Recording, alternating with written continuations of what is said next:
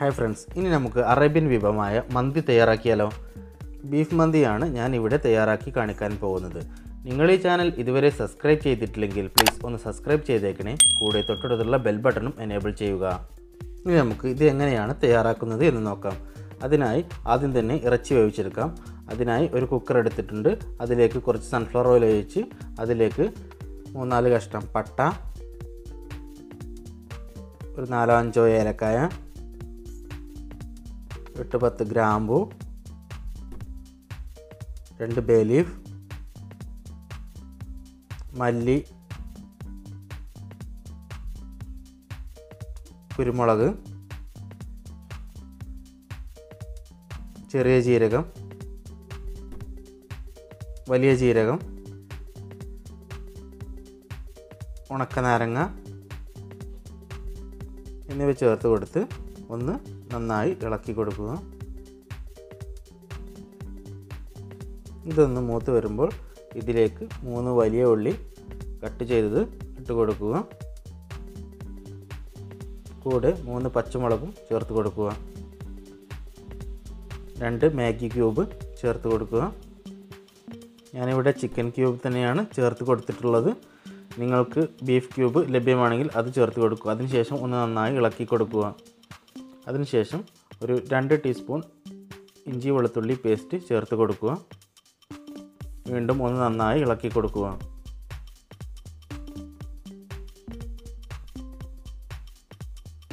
ഇനി നമുക്ക് ഇതിലേക്ക് മന്തി മസാല ചേർത്ത് കൊടുക്കുക.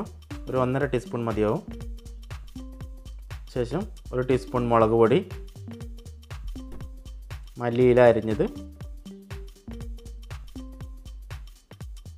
ഒരു 5 ടീസ്പൂൺ തൈര്, ആവശ്യത്തിന് ഉപ്പ് എന്നിവ ചേർത്ത് കൊടുത്ത് വീണ്ടും നന്നായി ഇളക്കി കൊടുക്കുക.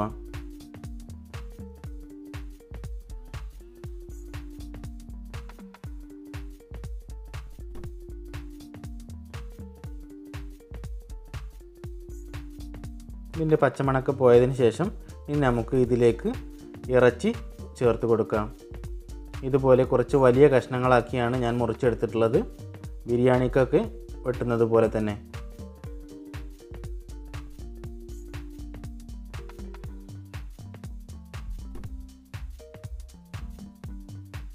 ഇറച്ചി ചേർത്ത് കൊടുത്തതിന് ശേഷം ഒന്ന് നന്നായി ഇളക്കി കൊടുക്കുക.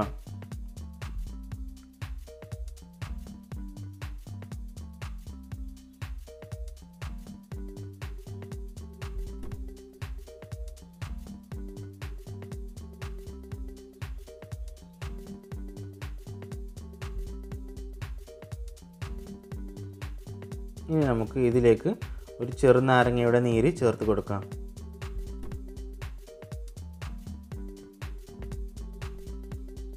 ഉപ്പ് ആവശ്യമെങ്കിൽ കുറച്ചുകൂടി ചേർത്ത് കൊടുക്കാം. ഞാൻ കുറച്ച് ചേർത്ത് കൊടുത്തിട്ടുണ്ട്. നിങ്ങളുടെ ഇഷ്ടത്തിനനുസരിച്ച് ചേർത്ത് കൊടുക്കുക. എന്നിട്ട് ഒന്ന് നന്നായി ഇളക്കി കുക്കർ മൂടി വെച്ച് നിങ്ങളുടെ ബീഫിൻ്റെ വേവിനനുസരിച്ച് ഒരു 90% വേവ് വരെ വേവിക്കുക.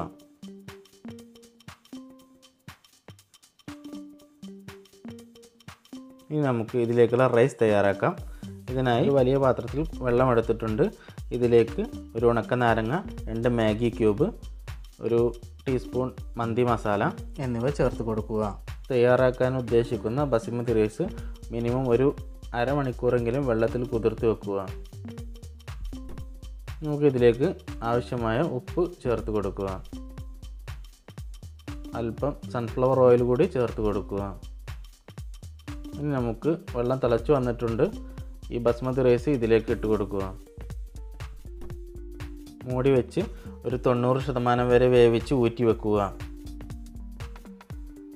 ഇപ്പോൾ നമ്മുടെ ബീഫ് ഇവിടെ വെന്ത് വന്നിട്ടുണ്ട്. നമ്മൾ വെള്ളമൊന്നും ഒഴിച്ചില്ലെങ്കിലും ബീഫിൽ നിന്നും മസാലയിൽ നിന്നൊക്കെ നന്നായി വെള്ളം ഇറങ്ങി വന്നിട്ടുണ്ട്. ഈ വെള്ളം നമുക്ക് ഒരു ഹൈ ഫ്ലെയിമിലിട്ട് വറ്റിച്ചെടുക്കാം. അതിനുശേഷം ഇനി നമുക്ക് ബീഫിലെ കുറച്ച് കഷ്ണങ്ങൾ ഇതുപോലെ കോരി മാറ്റി ബാക്കിയുള്ളവ ഇതുപോലെ ഒരു പരന്ന പാത്രത്തിലേക്ക് ഒഴിച്ചു കൊടുക്കുക. അതിനുശേഷം നമ്മൾ തയ്യാറാക്കി വെച്ചിരിക്കുന്ന റൈസ് ഇതിന് മുകളിലേക്ക് ഇട്ട് കൊടുക്കുക.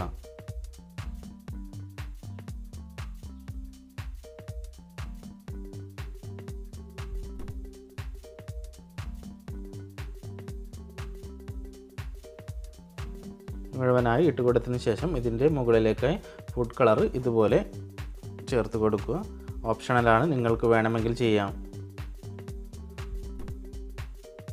അതിനുശേഷം നമ്മൾ നേരത്തെ കോരി മാറ്റി വെച്ച ബീഫ് ഇതിൻ്റെ മുകളിലേക്ക് ഇട്ട് കൊടുക്കുക.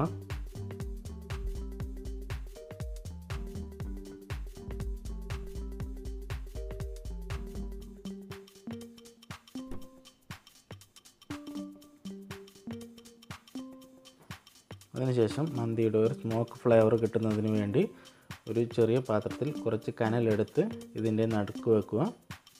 അതിനുശേഷം അതിലേക്ക് കുറച്ച് സൺഫ്ലവർ ഓയിൽ ഒഴിച്ച് കൊടുക്കുക. അപ്പോൾ നന്നായി പുകയുന്നുണ്ടാവും. ഇനി നമുക്ക് പുക കളയാതെ ഇത് നല്ലൊരു മൂടി കൊണ്ട് അടച്ചു വെക്കുക.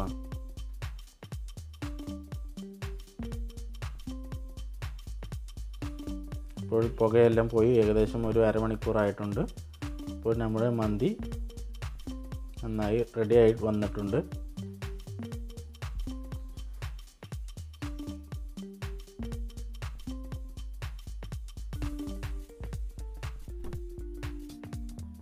ഇനി നമുക്ക് ഈ കഷ്ണങ്ങളെല്ലാം ഒരു സൈഡിലേക്ക് കോരി മാറ്റി റൈസ് ഒന്ന് മിക്സ് ചെയ്തെടുക്കാം.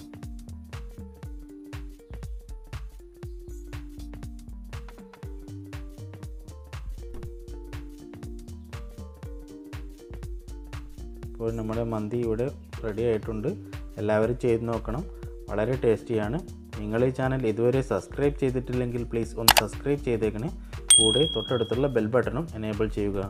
നിങ്ങളുടെ അഭിപ്രായങ്ങളും നിർദ്ദേശങ്ങളും കമൻറ്റ് ചെയ്യാനും മറക്കരുത്. മറ്റൊരു പുതിയ വിഭവവുമായി വീണ്ടും കാണാം. ബൈ.